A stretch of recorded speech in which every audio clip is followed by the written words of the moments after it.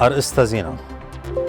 በመቀለ ከተማ የተገነባው የምርጥ ዘር ማጣሪያ ማሽን በትግራይ ጊዜያዊ አስተዳደር ፕሬዝዳንት ጀነራል ታደሰ ወረደ ተመረቀ።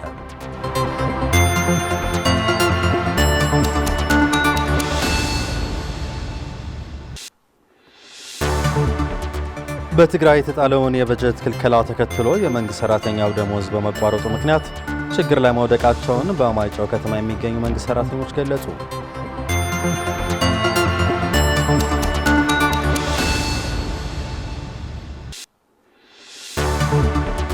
የዓለም የነዳጅ ዋጋ ከ3 ዓመት ተኩል በኋላ ለመጀመሪያ ጊዜ ዋጋው በበርሜል $110 በላይ መድረሱን ተገለጸ።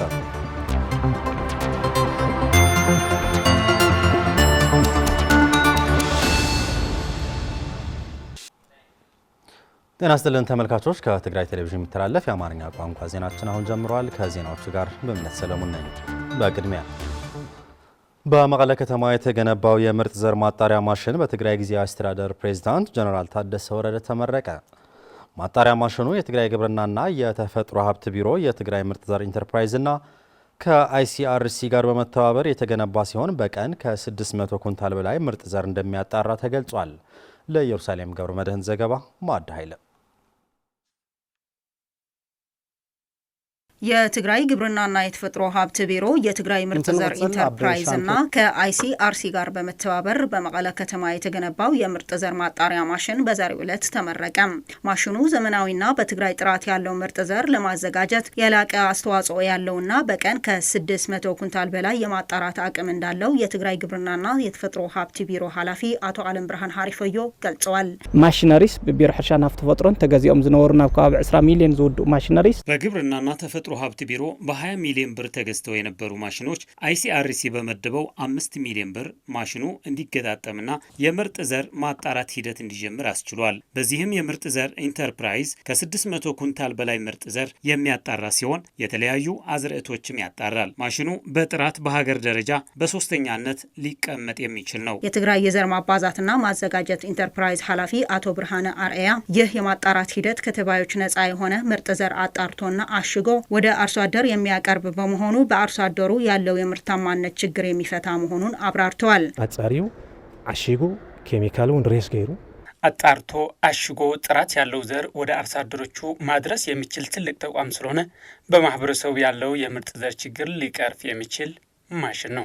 የምርጥ ዘር ማጣሪያ ማዕከሉ የትግራይ ግብርና በማዘመን ያለውን አስተዋጽኦ የላቀ መሆኑን የጠቆሙት የትግራይ ጊዜያዊ አስተዳደር ጀነራል ታደሰ ወረደም የአርሶ አደሩ ፍላጎት የሚያሟላ ነው ብለዋል። ጣዕመ ዘብ ትግራይ መፍጠሩ አብይ ነገር እዩ።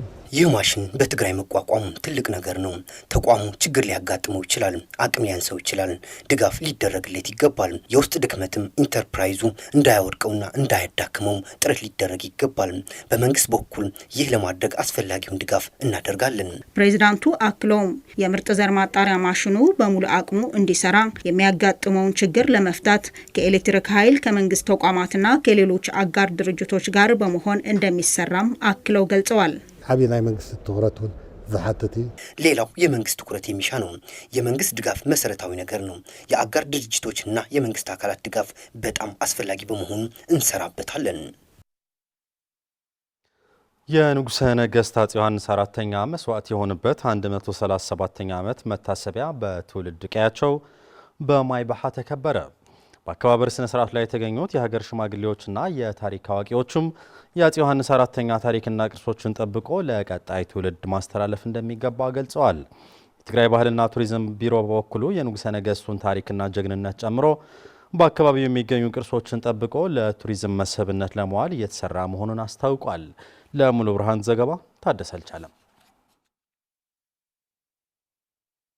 የንጉሠ ነገሥት አፄ ዮሐንስ 4ኛ መስዋዕት የሆነበት 137ኛ ዓመት መታሰቢያ በተለያዩ መርሃ ግብሮች በመከበር ላይ ነው። የዚህ መርሃ ግብር አካል የሆኑ አከባበር በትውልድ ቀያቸው በማይባሃም ተከብሯል። በዚህ ዝግጅት ላይ የተገኙት የአካባቢው የሀገር ሽማግሌዎችና የታሪክ አዋቂዎች የአፄ ዮሐንስ ጀግንነትና የትግል ዘመንን ማቀብና መሰነድ ይገባል ይላሉ። ሞጽያ መንጉ የፍታ ዳዕረ ተለዋ ተምሓተን ሞጽዮም ብልሞጽ ግን ቋይ ተመስገን ሓተይ ሞጽዮም ለይልን በጋጣሚ ዳሓር ታ ዳዕሮ ኸዝለኒ አያ ዳዕረ ተመስገን ተይላ ተጽዋዕ ንጉሠ ነገሥት አፄ ዮሐንስ ዋርካው ጋር መጥተው አረፉ። ዋርካው እስካሁን ዳዕሮ ተመስገን በሚል ነው የሚጠራው። ንጉሠ ነገሥት አፄ ዮሐንስ ፍትሐዊነትና ታማኝነት፣ ተጠያቂነትን ሕግ የሚያስከብሩ ናቸው። መድሎ የሚባል አይታይባቸውም። ዓብይ ተስፋ ዝነበሮ ዳባ ሰላም ዝበሃል ዓዲ ትገዳም ይኹን ወይ ድማ ደብረ ኢየሱስ አማኑኤል ዳባ ሰላማ የሚባል ቦታ ትልቅ ክብርና ብርታት ትልቅ ተስፋ እንዲኖረው ንጉሠ ነገሥት አፄ ዮሐንስ ሰርቷል። ንጉሠ ነገሥት አፄ ዮሐንስ ደብረ ኢየሱስ ገዳም ነው ለመጀመሪያ ጊዜ የተዋጉት። የንጉሠ ነገሥት አፄ ዮሐንስ አራተኛ መተጋገዝ ማህበር በበኩል በንጉሥ የትውልድ ቀዬ ማይባሃ የተለያዩ ታሪኮችና ጀግንነታቸውን የሚያቅቡ ስራዎች እየሰሩ መሆኑን ገልጸዋል። ትግራይ አብ መዋዕላ ዓበይቲ መራሕቲ ሊቃውንትን ፈላስፋታትን ጀጋኑ ቅድመ ግንባር ዘፍሬት አዶ እያ። አራተኛ ንጉሠ ነገሥት ዘኢትዮጵያ የሚኖሩበትና አስተሳሰባቸው፣ ታሪካቸው እንዲሁም ጀግንነታቸው የሚመጥን ለትውልድ የሚተርፍ ከፍተኛ ተጽዕኖ ፈጣሪ መሪ ናቸው ንጉሠ ነገሥት አፄ ዮሐንስ። ስለዚህ ታሪኩን ሰንደንና ጠብቀን ለትውልድ እናስተላልፈዋለን። የትግራይ ባህልና ቱሪዝም ቢሮ የቱሪዝም መስህብ ባለሙያ አቶ ጎይቶም ገብረ ሚካኤል የንጉሠ ነገሥት አፄ ዮሐንስ አራተኛ ታሪክና ጀግንነት መሰነድ ጨምሮ በአካባቢው የሚገኙ የተለያዩ ቅርሶች ጠብቆ ለቱሪዝም መስህብነት ለማዋል እንደሚሰራ ገልጸዋል። አፄ ዮሐንስ ኣብ ታሪክ ኢትዮጵያ ብዙሕ መዋዕላት ሓሊፉ ብዙሕ ታሪክ ዝፈጸሙ ዓብይ ጀግና አቦና እዮም። አፄ ዮሐንስ አራተኛ በኢትዮጵያ ታሪክ ብዙ ስራና ታሪክ የፈጸሙ ትልቅ ጀግና አባታችን ነበሩ። የተረሳው የተጋሩ ታሪክና ማንነት ከኢትዮጵያ ያገለለ የአስተዳደር ስርዓት ለመቀየርም ትልቅ ስራ ሰርተዋል። እኚህ ጀግና አባትን ስናስብ አሁንም እንደ ተጋሩ ከአባታችን ልንማራቸው የሚገቡን ጀግንነት፣ ገድልና ቅንነት ለቀጣይ ትውልድ ልናስተላልፍና የእሳቸውን አሻራ ልናስቀጥል ይገባል። በትግራይ የተጣለውን የበጀት ክልከላ ተከትሎ ለመንግስት ሰራተኛው ደሞዝ መክፈል ባለመቻሉ ችግር ላይ መውደቃቸውን በማይጨው ከተማ የሚገኙ የመንግስት ሰራተኞች ገለጹ። መንግስት ሰራተኛው ከዚህ በከፋ ችግር ላይ ሳይወድቅ መንግስት አስቸኳይ መፍትሄ በመስጠት ከገጠመው ማህበራዊ ኢኮኖሚያዊ ችግር እንዲያላቅቀውም ተጠይቋል። ዘገባው የሀፍቱ ብስራት ነው። ሙሉ ብርሃን ዳርጌ አዘጋጅተዋለች። በትግራይ የተቋረጠው የፌዴራል መንግስት በጀት ተከትሎ ለመንግስት ሰራተኛው የጥርና የካቲት ወር ደሞዝ መክፈል አለመቻሉን የትግራይ ሲቪል ሰርቪስ ቢሮ መግለጹ ይታወቃል። ይህን ተከትሎ መንግስት ሰራተኛው ለተደራራቢ ማህበራዊ ኢኮኖሚያዊ ችግር መዳረጋቸው በትግራይ ደቡባዊ ዞን ማይጨው ከተማ የሚገኙ የመንግስት ሰራተኞች ይገልጻሉ። የመንግስት ሰራተኞቹ ለከፋ ችግር ተጋልጠናል ሲሉ አክለዋል። ፌዴራል መንግስት ናና በጀት ዝኽል በጀት ሰደድ አይጸንሐን አይሰድዱን ዘሎ የፌዴራል መንግስት የደሞዝ ክልከላ በሚደረጉ የመንግስት ሰራተኞች ለከባድ ችግር ተጋልጠዋል። በ2013 ዓመተ ምህረት የነበረው የከበባና ክልከላ አይነት ነው የሆነው። በጣም ከባድ ነው። መንግስት ሲባይ እንመሐደር በታስረህ መንግስት እንመሐደርና የመንግስት ሰራተኛ ሌላ ገቢ የለውም። ያው ያችን ደሞዝ ጠብቆ ነው የሚተዳደረው። እናም የባሰ ተስፋ አስቆራጭ ሁኔታ ነው ያለው። የ2014 ዓመተ ምህረትም አልተሰጠውም። ያሁኑም የባሰ ሆኗል። ፌዴራል መንግስት ንገባሮ ጽቡቅ አይሆነን ለመጨረሻ ለሐመቀ የፌዴራል መንግስት ጥሩ አላደረገም። የመንግስት ሰራተኛው ተስፋ የሚቆርጥበት ሁኔታ እየተፈጠረ ነው ያለው። ምክንያቱም ደሞዝ ካልተቀበለም ቢሮ ገብቶ ህዝቡን ማገልገል አይችልም። በዚህ ስራውም ተበዳይ ይሆናል ማለት ነው። በመሆኑም ወደ ጄኖሳይድ እየገባ እንደሆነ ነው የሚያሳየው። ወርሃዊ ደሞዝ ባለመከፈላቸው ካለው የሸቀጦች የዋጋ ጭማሪ ጋር ተዳምሮ ህዝባዊ አገልግሎቶችን ለማግኘት እጅጉን ከባድ እንደሆነባቸው የገለጹት አስተያየት ሰጪዎቹ በመሆኑም የፌዴራል መንግስት ችግሩን በመረዳት ዘላቂ የሆነ ሰላም የሚያመጡ ተግባራት ላይ አትኩሮ እንዲሰራም ጠይቀዋል። ስራውን ይጉዳሉ አገው ካተ ይካለናፍ ስራህ ስራ እየተጎዳ ነው። ለተገልጋይ በአግባቡ ማገልገል እየተቻለ አይደለም። በተለይም ጊዜው አስተዳደሩ ፌዴራል መንግስት አላከም ከሚለው ደብዳቤ የተነሳ ገበያውም በጣም ጨምሯል። ስለዚህ የከፋ ችግር የመኖርና ያለመኖር ጉዳይ ሆኗል። የኢትዮጵያ አንድ አካል ነን። የፕሪቶሪያው ስምምነት አለ። እናም የሚገባንን የነዳጅ፣ የባንክ፣ የበጀት አገልግሎት መላክ ይኖርበታል። ያው ተጠውነና ማለት ነው። ሀደ መድኃንቲ የለን ከላይ ደረጃ ነዳጅ የለን። ስራ መስራት አልቻልንም። መድኃኒት፣ ነዳጅ የለም። በዚህም ምንም ስራ መስራት አይቻልም። ይህንን ግምት ውስጥ በማስገባት የፌዴራል መንግስት መፍትሄ እንዲሰጠን እየጠበቅን ነው። በተለይ በአሁኑ ሰዓት በትግራይ የተጣለውን የበጀት ክልከላና የተቆራረጠ የባንክ አገልግሎት፣ የነዳጅና የመድኃኒት አቅርቦት ችግር የባለፈው ጄኖሳይድ ተቀጥያ በመሆኑ ይህንኑን እንዲፈታም የዓለም ማህበረሰብ ጫናውን እንዲያሳድር የማይጨው ከተማ የመንግስት ሰራተኞችና ነዋሪዎች ጠይቀዋል። በቅርቡ የፌዴሬሽን ምክር ቤትና በምርጫ ቦርድ በኩል የተላለፈው ውሳኔ ህገ መንግስቱን የሚጥስና የፕሪቶሪያው የሰላም ስምምነት የሚቃረን ውሳኔ በመሆኑ ሊታረም እንደሚገባ የውቅሮ ከተማ ነዋሪዎች ገለጹ። ነዋሪዎቹ አክለውም ውሳኔው የትግራይ ህዝብን የሚበታትን መሆኑን በመግለጽ የበጀት ክልከላን ጨምሮ በትግራይ የሚደረጉ አጠቃላይ ክልከላዎች እንዲቆሙ ጠይቀዋል። ለሸዊት ሙላለም ዘገባ ፍርቱና ገቡ።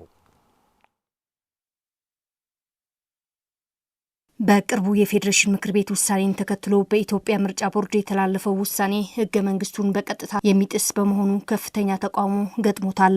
ለውሳኔው እንደ ምክንያት የተቀመጠው የትግራይ ግዛት በህገ መንግስቱ በግልጽ የተቀመጠና የማያሻማ ሆኖ ሳለ አከራካሪ አስመስሎ ማቅረብ ህዝብን ለማደናገር ሆን ተብሎ የታሰበ ከመሆኑም በላይ ይህ ህገ መንግስታዊና ጸረ የፕሪቶሪያው ስምምነት መሆኑን ያነጋገርናቸው የምስራቃዊ ትግራይ ዞን ውቅሮ ከተማ ነዋሪዎች ገልጸዋል።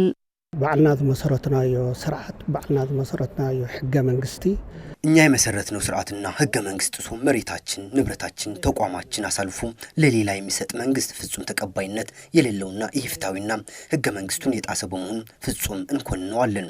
ቤት ምክር ፌዴሬሽን ምክር ቤት የወሰነው ውሳኔ ትግራይን እየቆራረጥክ ለመበታተን በመሆኑ ፍጹም ተቀባይነት የሌለው ጉዳይ ነው። ናይ ፕሪቶሪያ ህግ ይከበር ያው የፕሪቶሪያው የሰላም ስምምነት እንዳይተገበር የፌዴራል መንግስት ሆን ብሎ እያደረገው ያለው ጥረት ነው ብዬ ነው የማስበው። ጌጋ ውሳኔው ውሳኔው ፍጹም ስህተት ነው። ለዚህም ነው መላው የትግራይ ህዝብ ተቆጥቶ የተቃውሞ ሰልፍ የወጣው። ይህ ውሳኔ የትግራይ ህዝብ የእልቂት ተቀጥያ መሆኑን ማረጋገጫ ነው። በተጨማሪም በትግራይ ህዝብ ላይ እየተደረገ ያለው የበጀት የነዳጅና የመድኃኒት ክልከላ ኢፍትሃዊና ጋሚ መደረግ የሌለበት ነው ያሉት አስተያየት ሰጪዎቹም እነዚህን ተግባራት ለትግራይ ህዝብ ለመበታተን አሊያም ለማዳከም እየተደረጉ ያሉ እርምጃዎች መሆናቸውን ገልጸው በእንደዚህ መልኩ ዘላቂ መፍትሄ ማምጣት አይቻልም ይላሉ።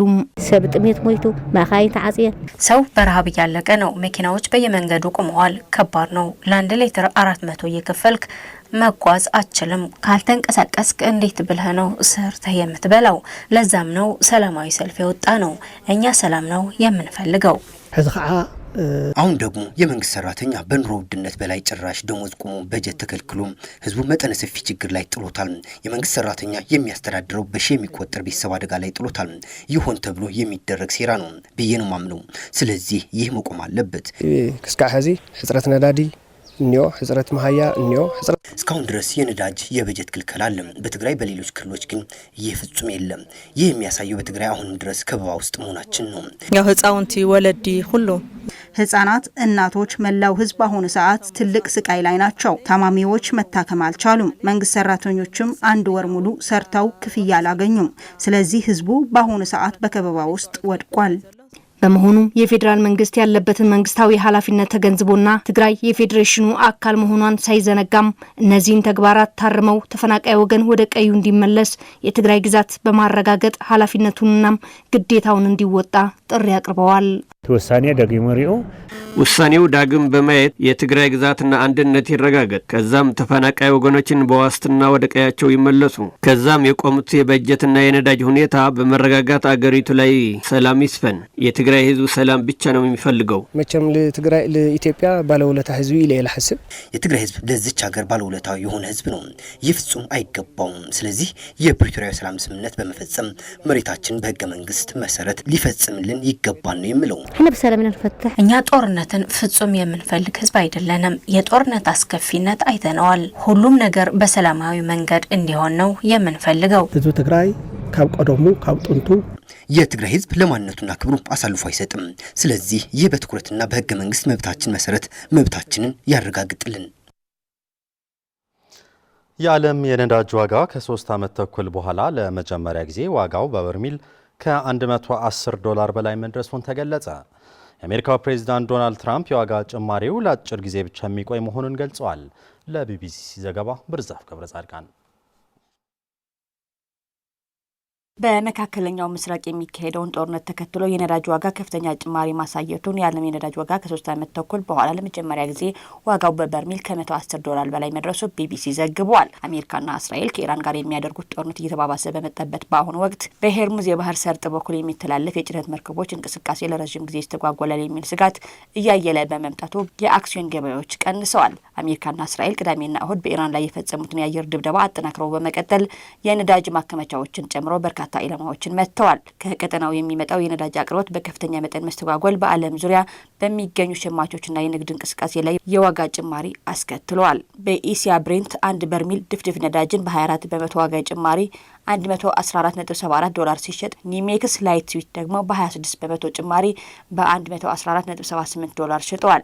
በኤሲያ ፓሲፊክ ቀጠና ውስጥ የአክሲዮን ገበያዎች በከፍተኛ ሁኔታ ማሽቆልቆላቸው የገለጸው ዘገባው በጃፓን ኒኬ 225 ኢንዴክስ ከ7 በመቶ በላይ ሲቀንስ፣ በሆንግ ኮንግ የሚገኘው ሃንግ ሴንግ ደግሞ ከ300 በላይ ሲወርድ፣ በአውስትራሊያ የሚገኘው ኤኤኤስኤክስ 200 እንዲሁ ከ4 በመቶ በላይ ቀንሷል። ግጭቱ ከተጀመረበት ጊዜ አንስቶ ከባድ ጉዳት የደረሰባት የደቡብ ኮሪያ ኮስፒ ኢንዴክስ ከ8 በመቶ በላይ በማሽቆልቆሉ የንግድ ልውውጥ ለ20 ደቂቃ እንዲቆም ምክንያት መሆኑንም ተገልጿል። ከዓለም የነዳጅ አቅርቦት 1/5 የሚሆነው አብዛኛውን ጊዜ የሚጓጓዘው በሄርሙዝ የባህር ሰርጥ በኩል ነው። ነገር ግን ከአንድ ሳምንት በፊት የጦርነቱ መጀመር ተከትሎ ይህ ጠባብ መተላለፊያ ከእንቅስቃሴ ውጭ ሆኗል።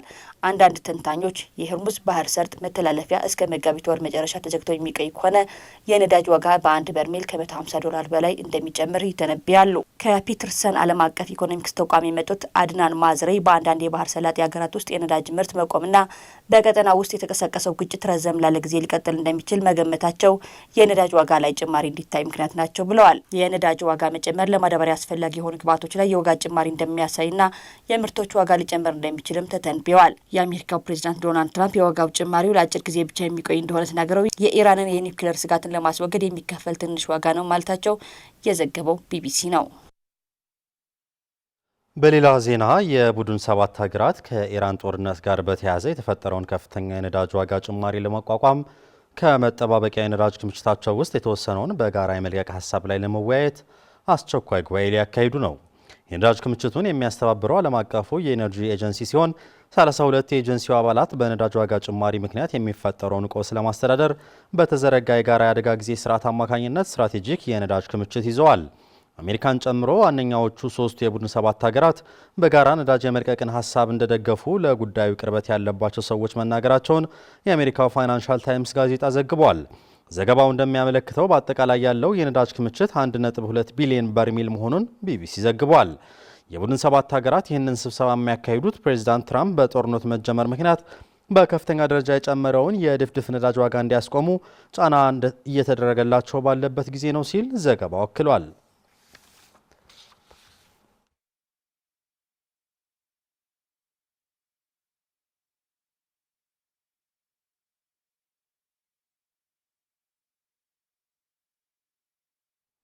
ተመልካቾች ለሰዓቱ ያዝናቸው ዜናዎች በዚያ አብቅተዋል። ስለተከታተላችሁ እናመሰግናለን። ሰላም